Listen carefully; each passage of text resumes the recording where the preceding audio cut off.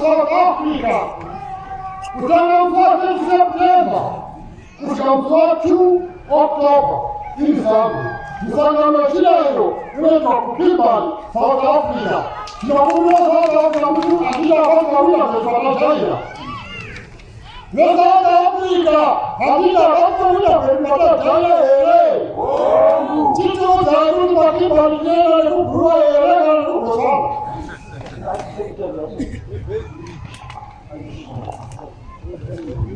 VAAFRICA yedu kukimbani unopinda nepabeti bridge wopinda Pretoria inenge yaisiri kuenda kukimbani tinozokudai tatozokupa mamata tizobva ipapo kudzai Jehovha.